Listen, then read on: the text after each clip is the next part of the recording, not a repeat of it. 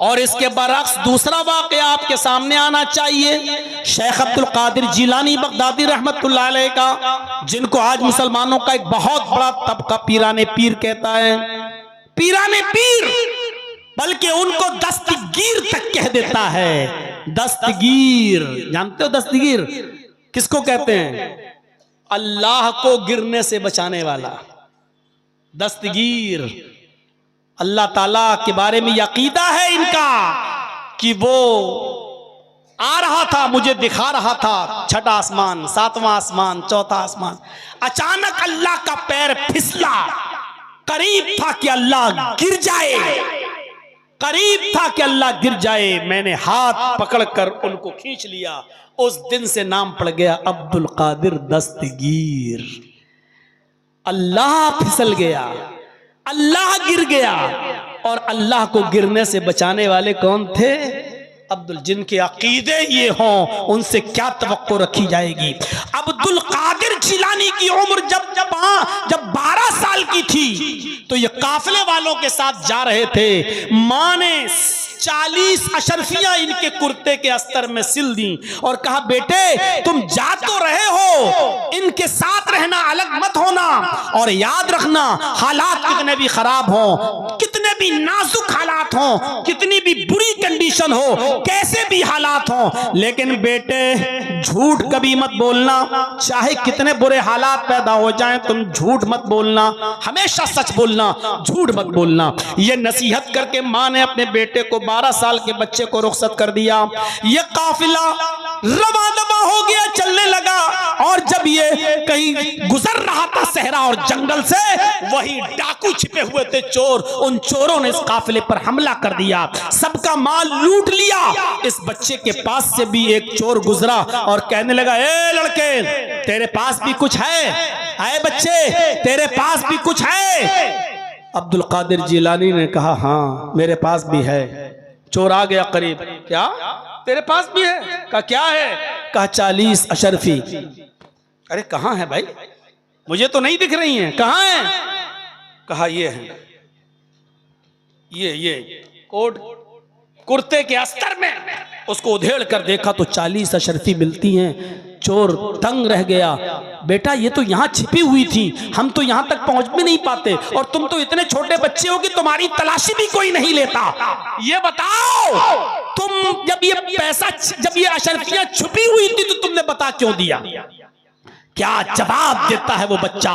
मेरी बहनों सुनो, और मेरी कौम की बेटियों सुनो, मेरी माओ सुनो। उस बच्चे ने जवाब दिया कि जब मैं घर से निकल रहा था तो मेरी माँ ने मुझे नसीहत करते हुए फरमाया, बेटे हालात कितने भी नाजुक हों, कितने भी नागुफ्ताबे हों, कितने भी खराब हों, लेकिन झूठ कभी मत बोलना। जब तुमने मुझसे पूछा कि तुम्हारे पास भी कुछ है तो मैंने कह दिया हाँ। जब पूछा क्या है तो मैंने कहा 40 अशरफी। मैं अपनी माँ का कहना कैसे ठुकरा सकता था, जबकि मेरी माँ ने ये कहा था कि हालात कितने भी खराब हों लेकिन बेटे झूठ कभी मत बोलना, इसलिए मैंने सच सच बता दिया। उस चोर ने कहा, वाह तू अपनी माँ का इतना कहना मानता है, और मेरी तो सारी जिंदगी इसी चोरी और डकैती में गुजर गई। मैंने तो आज तक अपने रब की फर्मा बरदारी नहीं की। मैं कितना बड़ा निकम्मा और कमीना इंसान हूँ। वो इस बच्चे को लेकर अपने सरदार के पास गया और पूरा वाकया बताया। सरदार के ऊपर बड़ा असर हुआ। उसने सारे चोरों को हुक्म दिया कि इन लोगों का लूटा हुआ माल वापस कर दो और सब तौबा करो, और आज के बाद कोई भी नाफरमानी नहीं करेगा अपने रब की। सबने अल्लाह के हुजूर सच्ची तौबा की और दुआ की, अल्लाह के सामने गिड़गिड़ाए और रोए। तो मेरे भाइयों, एक बच्चे के सच बोलने से सारे के सारे चोरों ने अल्लाह से तौबा करके सही रास्ता पकड़ लिया। इस बच्चे को सही तरबियत देने वाली भी एक माँ थी। माँ का किरदार बड़ा अजीब होता है। माँ का किरदार, माँ चाहे तो अपने बच्चे को डाकू बना दे, और माँ की तरबियत चाहे तो अपने बच्चे को ऐसा बना दे कि वो वक्त का एक बहुत बड़ा वलीउल्लाह बन जाए, वक्त का एक बहुत बड़ा मुजाहिद बन जाए, वक्त का बहुत बड़ा खुदा तरस बन जाए। मेरे भाइयों, ये आज इमाम काबा को जो आप देखते हो, ये सुदैस साहब जिनकी क़िरत आप सुनते हैं, इनके बारे में किस्सा मालूम है। ये कोई शरारत कर रहे थे तो माँ ने गुस्से में बद्दुआ दी। आज की माएँ क्या बद्दुआ देती, मर जा कुत्ते, दिखता नहीं, कुत्ते सताता है कुत्ते। आज ये बद्दुआ देती है मां, मर जा नालायक बेशरम, इस तरीके की। और ये कारी सुदैस, इनसे गलती हुई, मां को परेशान कर रहे, मां ने पकड़ के थप्पड़ लगाया और बद्दुआ नहीं दी। इस गुस्से में भी दुआ निकली मां की जबान से, तो ये निकली, जा अल्लाह तुझे काबे का इमाम बना दे, अल्लाह करे कि तू काबे का इमाम बन जा। इस गुस्से में भी मां की जबान से जुमला निकला तो क्या निकला, अल्लाह तुझे काबे का इमाम बना दे। ना जाने कौन से वक्त में उसकी जबान से ये दुआ निकली और आज वो बच्चा बड़ा होकर आज खाने काबा का इमाम है, उस मक्के का इमाम है। हमारी माँ बहनों सुनो, ये तरबियतें होती हैं माँ की अपनी औलाद के ताल्लुक से। आज हमारी तरबियत क्या है, आज हमारी तरबियत क्या है? अरे इब्ने रबिया का वाक़या सुने हो? तारीख़ खतीब बगदादी पढ़िए, खतीब बगदादी नकल करते हैं। इब्ने रबिया के बाप रबिया इब्ने अल फर्रुख थे, बेटा पेट में है, हमल है, 1-2 महीना बाकी है बच्चा पैदा होने में, लेकिन सफर पेश आ गया। इनको सफर पे जाना था। 20,000 दीनार अपनी बीवी को देते हैं रबिया और कहते हैं कि लो मैं खर्चे के तौर पर ये 20,000 दीनार देकर जा रहा हूं, मुझे आने में 2 महीने भी लग सकते हैं, 1 साल भी लग सकता है, सफर लंबा है, 2-3 साल भी लग सकते हैं, मैं जा रहा हूं। रबिया अपनी बीवी को 20,000 दीनार देकर चले जाते हैं, लेकिन रबिया को लौटने में 27 साल लग गए। 1 साल नहीं, 2 साल नहीं, 3 साल नहीं, पूरे 27 साल के बाद रबिया इब्न अल फर्रुख जब लौट कर आए तो उस जमाने में यह हदीस भी है, अब तो खैर मोबाइल का जमाना हो गया है, आप कहीं बाहर से हैं तो अपने घर जाने से पहले फोन कर दें अपनी बीवी को कि मैं आ रहा हूं और इस वक्त तक घर पहुंच जाऊंगा। जानते हो, अपने घर में अपनी बीवी को ये कह देना जरूरी है। क्यों? पता नहीं बीवी किस कंडीशन में बैठी हो और आप 1 महीने 2 महीने के बाद सफर से आ रहे हो और देखो कि किचन में घुसी हुई है, घुसी हुई है सलवार और प्रागंदा हाल है, बाल बिखरे हैं और कुछ उसने तैयारी नहीं की है और आप घर में घुसो बड़े अरमानों के साथ और बीवी का चेहरा सोच रहे होगे कि मिलेगी हेमा मालिनी, घर में गए तो देखा चुड़ैल, उसका चेहरा मुंह, अब आपके गुस्से में तलाक तलाक तलाक, कम बखत मैं तो आया हूं सोच के कुछ और तू भुतनी बनी बैठी हुई है यहाँ। इसीलिए हाँ, हदीस के एक-एक लफ्ज पर गौर कीजिए।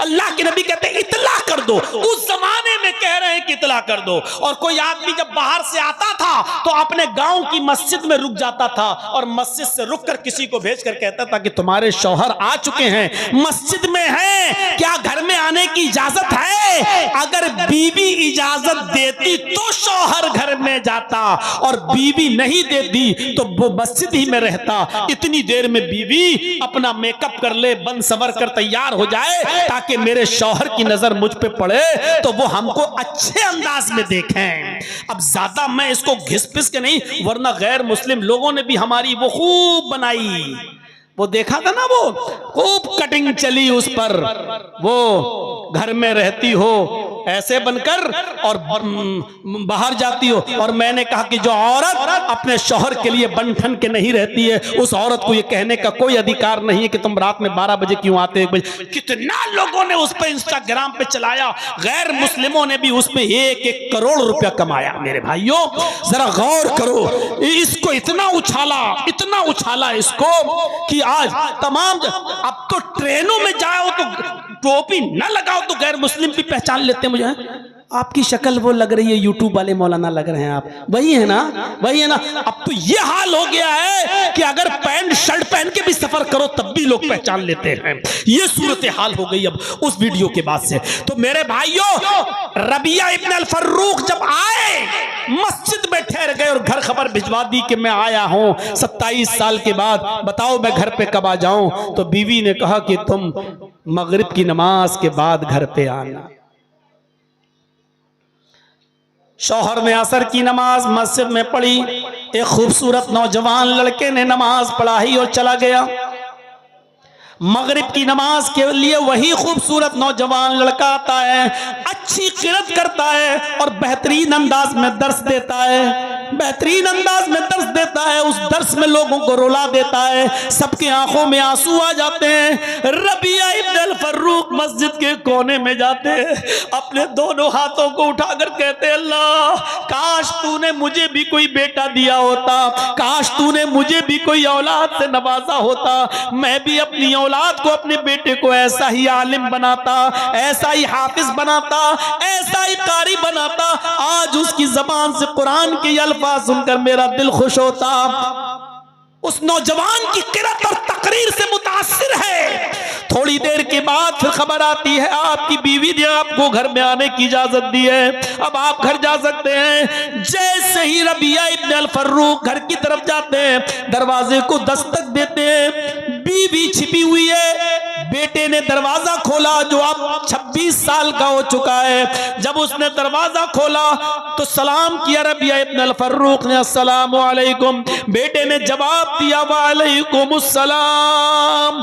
रबिया ने बेटे को देखा कि ये वही बच्चा है जो मस्जिद में असर की नमाज पढ़ा रहा था और मगरिब में खूबसूरत अंदाज में किरत कर रहा था। रबिया चौंकी और फिर सोचा कहीं किराएदार तो नहीं है, कहीं किराए के मकान में तो नहीं रहता है। बीबी जो छिपी हुई थी वो बाहर आती है, कहती है, रबिया ये तुम्हारा बेटा है, इब्न रबिया ये तुम्हारा लख्त जिगर है जिसको तुम मेरे पेट में अमानत समझकर छोड़ गए हो। ये तुम्हारी अमानत थी, तुम्हारे जाने के बाद 2 महीने के बाद ये मैंने इसकी विलादत की, पैदा हुआ, फिर मैंने इसकी अच्छी तालीम और तरबियत की। रबिया ने जब देखा कि ये मेरा बेटा है तो आसमान पे नजरें डालियो, कहा अल्लाह मेरी दुआ मांगने से पहले ही तूने कबूल फरमा ली, और मैं जैसी औलाद चाहता था वो औलाद तूने मुझे अता फरमाई। फिर वो दोनों मियां और बीवी अपने रूम में जाते हैं और जाने के बाद शौहर ने कहा, मेरी बीवी 20,000 दीनार मैं तुम्हें देकर गया था, कुछ बचाया नहीं। बीवी ने कहा, अब ये बताओ कि 20,000 दीनार तुम्हें ज्यादा महबूब है या इस बच्चे की तालीम, इस बच्चे की तरबियत जो मैंने इस बच्चे के ऊपर खर्च किया है? फरमाया, मेरी बीवी तूने 20,000 दीनार को जाये नहीं होने दिया, 20,000 दीनार को तूने बर्बाद नहीं किया, तूने उसको सही जगह पे लगाया, तूने उसको सही मकाम पर खर्च किया। अल्लाह ने मुझे स्वाले और नेक औलाद और आलिम और फाजिल और कारी की शक्ल में मुझे दे दी, ये बहुत बड़ी अमानत है। ऐ मेरी बीवी तूने मेरी अमानत का सही इस्तेमाल किया है। मेरे भाइयों, एक औरत अगर चाहे तो शौहर की गैर मौजूदगी में भी अपने बच्चे की तरबियत कर सकती है। स्कूलों में तरबियत नहीं मिलेगी, कॉलेजेस में तरबियत नहीं मिलेगी, बड़े बड़े डिग्री कॉलेजेस में तरबियत नहीं मिलेगी। क्यों? अगर कॉलेजेस और डिग्री कॉलेज और स्कूलों में और मेडिकल कॉलेजों में अगर तरबियत मिली होती तो आज बड़े बड़े पढ़े लिखे लोग पैंट की चेन खोलकर गधे और कुत्ते की तरह सड़कों के किनारे पे खड़े होकर पेशाब करते हुए नजर नहीं आते। आज इनका खड़े होकर सड़कों पर खड़े होकर पेशाब करना ये बताता है कि इन्होंने सिर्फ डिग्रियां हासिल कर ली है, तरबियत नहीं। तरबियत माँ की गोद से मिलती है। Mother's lap is first college for children. माँ की गोद ये बच्चे का पहला मदरसा है। अगर बच्चा माँ के पेट से तरबियत हासिल करके नहीं निकला तो जिंदगी में कहीं तरबियत हासिल नहीं कर सकता है। और ये तरबियत मिलेगी मदरसों से, ये तरबियत मिलेगी तुम्हें माँ के गोद से। इसलिए ऐसी तरबियत अगर अपनी औलाद की चाहते हो तो अच्छी माओं का इंतखाब करो और अच्छे मदरसों का इंतखाब करो। तो मेरे प्यारे साथियों, हम क्या तरबियत देंगे? एक किताब आपने सुना होगा, एक सहाबिया का वाकया, और एक किताब है जिस किताब का नाम है तज़किरतुल हुफ़्फ़ाज़। इस किताब के राइटर हैं अल्लामा शमसुद्दीन ज़हबी रहमतुल्लाह अलैह। अल्लामा शमसुद्दीन ज़हबी की मशहूर किताब है तस्किरा, तस्किरतुल हुफ़ाज़, उसमें एक सहाबिया का वाक़या नकल किया गया है कि एक सहाबिया जब उनके घर में बच्चा पैदा हुआ, एक सहाबिया जब उनके घर में बच्चा पैदा हुआ तो जब भी वो बच्चा पेशाब करता था वो सहाबिया औरत उस बच्चे की शर्मगाह पर पानी का लोटा डाल दिया करती थी, पानी का बर्तन डाल दिया करती थी। जैसे उस बच्चे ने पेशाब किया, माँ उस बच्चे की शर्मगाह पर पानी बहा दिया करती थी। बच्चा ये सब कुछ देखता था और एक दिन आया जब बच्चा चलने के लायक हो गया, पहला दिन था। और सुनो, मेरी माएं सुन रही हैं तो सुने, मेरी बहनें सुन रही हैं तो सुने, उस बच्चे का पहला दिन था खड़े होकर चलने का। और जब पहला दिन था बच्चे के खड़े होकर चलने का और बच्चे को जब पेशाब लगा तो बच्चे ने पानी का छोटा सा बर्तन उठा लिया और से उठाया दोनों हाथ से और लेके चलने लगा। बच्चा नाली के किनारे बैठ गया और पेशाब करने लगा। उस बच्चे को नहीं मालूम कि पानी किस हाथ में पकड़ना चाहिए, उसको नहीं मालूम कि शर्मगाह किस हाथ में पकड़ना, हाथ से पकड़ना चाहिए, उसको नहीं मालूम कि आबे दस्त या इस्तंजे के लिए पानी कैसे लेना चाहिए, उसको कुछ नहीं मालूम। उसको इतना मालूम है कि पेशाब करने के बाद माँ मेरी शर्मगाह पे पानी डाल देती है। उस बच्चे ने पेशाब किया और बच्चे ने पेशाब करने के बाद पानी ऐसे लिया और अपनी शर्मगाह पे डाल लिया। माँ ये मंजर देख रही है कि मेरे बच्चे ने पेशाब किया और पानी लेकर उसने अपनी शर्मगाह पे डाल दिया, तो दूर से ही रोते हुए कहती है, फुज़्तु बिरब्बिल काबा, काबे की रब की कसम में कामयाब हो गई, काबे की रब की कसम में कामयाब हो गई। मैं अपने बच्चे को जो सिखाना चाहती थी सिखा दी, मैं अपने बच्चे को जो तालीम देना चाहती थी दे दी, मैं अपने बच्चे को जो बताना चाहती थी वो बता दी। अब अगर मेरी रूह भी निकल जाए तो मुझे परवाह नहीं, इसलिए कि मैं अपने बच्चे को जो तरबियत देना चाहती थी वो तरबियत दे दी। आए अपने 5 और 6 साल के बच्चों के पैंट की चेन खोलकर नालियों के किनारे खड़े होकर पेशाब कराने वाली माओ बहनों, तुम अपने बच्चों को क्या तरबियत दे रही हो? आज तुम्हारी गोद में पलने वाली 10-10 साल की लड़कियां भी कैसे कपड़े पहन रही हैं, 12 साल की बच्चियां कैसे कपड़े पहन रही हैं। और तो और मुझे नहीं मालूम कि तुम्हारे झारखंड का क्या हाल है। आओ लखनऊ की सरजमीन पर बड़े बड़े हाजियों, बड़े बड़े नमाजियों, बड़े बड़े मुल्ला मौलवियों और कारियों और हाफिजों की बेटियां जिनकी उम्र 18-19-20 साल की हो चुकी है, लखनऊ यूनिवर्सिटी और ऐसे ही दूसरे कॉलेज में पढ़ने वाली ये हाजियों, नमाजियों की और मौलवियों की और कारियों की लड़कियां आज इंस्टाग्राम पर रील बना रही हैं, सरों से दुपट्टे उनके उतर चुके हैं, उड़ियां हैं, आधे नंगे कपड़े और चुस्त लिबास में डांस कर रही हैं, डांस कर रही हैं और नाच रही हैं और अपने सीने का हिस्सा दिखा कर इंस्टाग्राम पे पैसे कमा रही हैं। और बेगैरत बाप अपनी बेटी के इस कारनामे को तरक्की कहता है, तरक्की की दुनिया कहता है, मॉडर्न जमाना कहता है। इससे बेहतर था कि तू मर जाता, हाजी ना कहलाता। इससे बेहतर था कि तू मर जाता, मौलवी ना कहलाता। इससे बेहतर था कि तू मर जाता, कारी ना कहलाता। मेरे भाइयों, ये लखनऊ की सरजमीन पर ये सारे मंजर इंस्टाग्राम पर देखे जा सकते हैं और ये सब हो रहा है। इसलिए माओं की जरूरत है कि अच्छी तरबियत दें अपनी औलाद को। दीनी जलसों के अंदर भी मेरे भाइयों, अभी जहां से हम आए और यहां तक मंजर देखिए आप, बुर्के और ओढ़कर दुकानों पर कैसी भीड़ लगी हुई है और क्या क्या खरीदे जा रहे हैं, और एक एक दुकान पर कितनी औरतें और कितने मर्द। ये सारे मनाजिर जब दीनी जलसों में हो जाएं तो सोचिए आम हालात में क्या होता होगा और दूसरे मौकों पर क्या होता होगा। अच्छी तरबियत की जरूरत है। आज जरूरत से ज्यादा मैं चीख दिया, जरूरत से ज्यादा मैं चिल्ला दिया और जरूरत से ज्यादा पुराने अंदाज में मैंने आपके सामने खिताब भी कर दिया।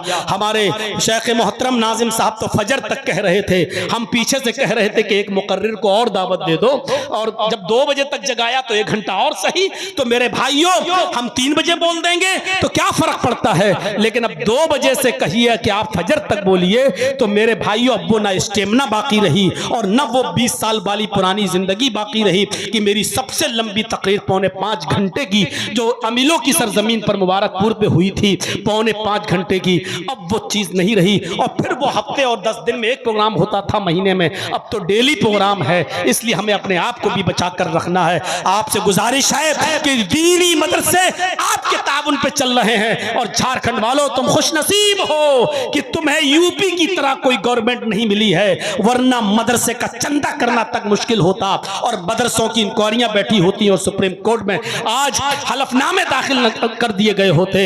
आप खुशनसीब हैं कि आपके इदारे चल रहे हैं। आप इन इदारों का खुलकर और जमकर ताउन करिए ताकि इन इदारों से दीनी बच्चे निकलें, दीन के सिपाही बने और इस्लामिक टोइयां मारने वाली इस अंधी अकीदत वाली दुनिया के लिए निशाने इबरत बने और उनके लिए अच्छा मिजाज पैदा करें और दीनी तालीम का माहौल पैदा करें। बस यही चंद कलमात के बाद आपसे रुखसत होते हुए अल्लाह से दुआ करता हूं कि बारे इलाह तो हमारी खताओं को माफ फरमा दे, हमारे गुनाहों को बख्श दे, हम जमिया मुसलमानों पर रहम फरमा। चंदा करना है कितनी तारीख? और खुशखबरी ये है, लेकिन वो जिंदगी के साथ जुड़ी हुई है, अगर आइंदा साल जिंदगी रही तो ये प्रोग्राम फिर इंशाअल्लाह आपके इस इलाके में 18 और 19 अप्रैल को होगा।